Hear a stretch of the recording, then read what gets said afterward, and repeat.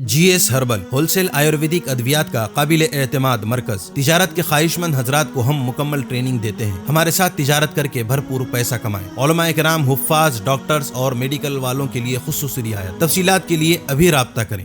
قاسمی حج عمرہ tours and travels حج عمرہ اور دیگر مقدس مقامات کی زیارت کا بھروسے مند مرکز۔ حج عمرہ جانے کے خواہش مند حضرات اسکرین پر دیے گئے نمبرات پر کال کریں۔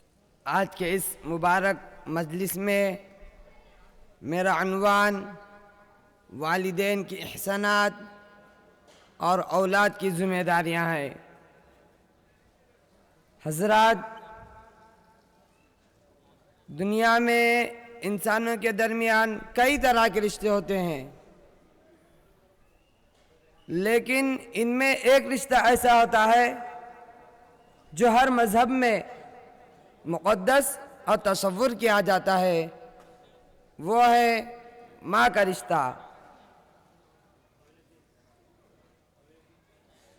جب اپنی ماں کو کوئی بیٹا یا بیٹی ماں کہہ کر پکارتے ہیں تو وہ اپنے اندر اطمینان اور اعتماد کی کیفیت پاتا ہے، کیونکہ اس لفظ ماں کے اندر ساری اچھائیاں جمع ہوتی ہے۔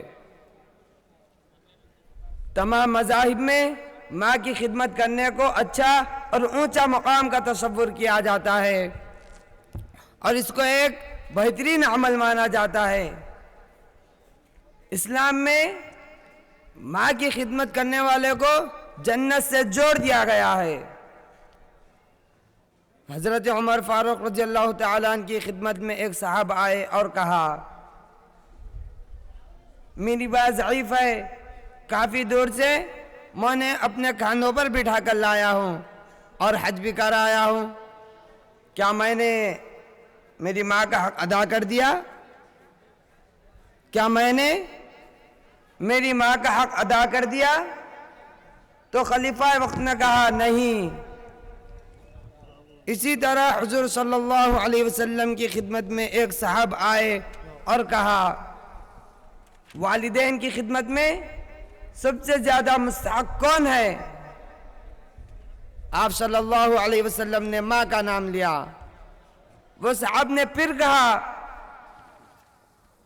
اس کے بعد آپ صلی اللہ علیہ وسلم نے مسلسل تیسری بار ماں کا نام لیا اور چوتھی بار باپ کا نام لیا، اس لیے کہ جو ماں بچے کی خدمت کرتی ہے، اس پر ذرا غور کیجئے تو معلوم ہوگا ماں کے ہم پر کتنے احسانات ہیں۔ اولاد چاہے بوڑھی بھی ہو جائے پھر بھی اپنا بچہ ہی سمجھتی ہے، 9 مہینے تک اپنے نازک پیٹ میں لے پھرتی ہے اور ہر لمحہ انہیں ضائع ہونے نہیں دیتی۔ جب ہم دنیا میں آ رہے تھے اس وقت کی نازک حالات سے گزر کر ہر تکلیف برداشت کرتے ہوئے ہمارے لیے سلامتی کی دعائیں کرتی ہے۔ چلتے وقت پاؤں سنبھل کر رکھنا، سوتے وقت احتیاط سے سونا، کھاتے وقت کیا کھانا اور کیا نہیں کھانا، ہر موقع محل پر محتاط رہنا، مسلسل 9 ماہ تک۔ پھر ہم دنیا میں آتے ہیں، ماں کے قربانیوں کا دوسرا مرحلہ شروع ہو جاتا ہے۔ سلام ہو ایسی ماں پر جو ہمارے لیے گہری نیند سے اٹھ کر ہماری طرف دیکھتی ہے اور مسکرا کر پیشانی پر بوسہ دے کر پھر سو جاتی ہے۔ آہستہ آہستہ ہم بیٹھنا اور رینگنا شروع کرتے ہیں۔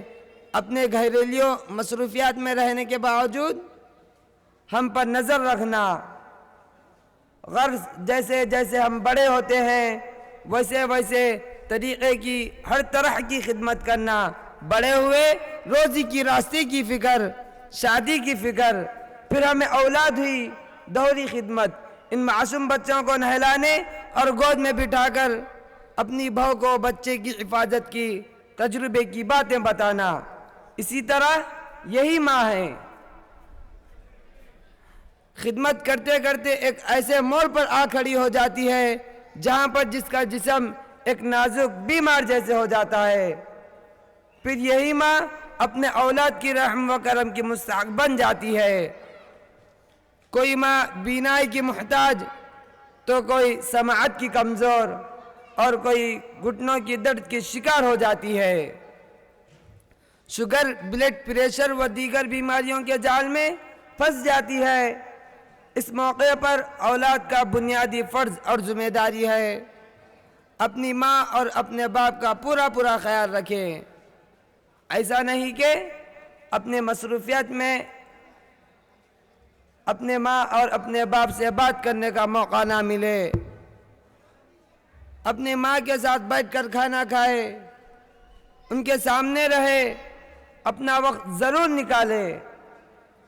اس فرض کو نبھانے میں اولاد کی ایک اہم ذمہ داری ہے۔ آخر میں حضور صلی اللہ علیہ وسلم کی وہ حدیث شریف پیش کرتے ہوئے رخصت ہوتا ہوں۔ والدین مسلمان کے لیے جنت بھی ہے اور جہنم بھی۔ اللہ تعالی ہم تمام کو والدین کے احسانات یاد رکھنے اور ان کی خدمت کرنے کا ہم تمام کو توفیق عطا فرمائے۔ آمین وآخر دعوانا ان الحمدللہ رب العالمین۔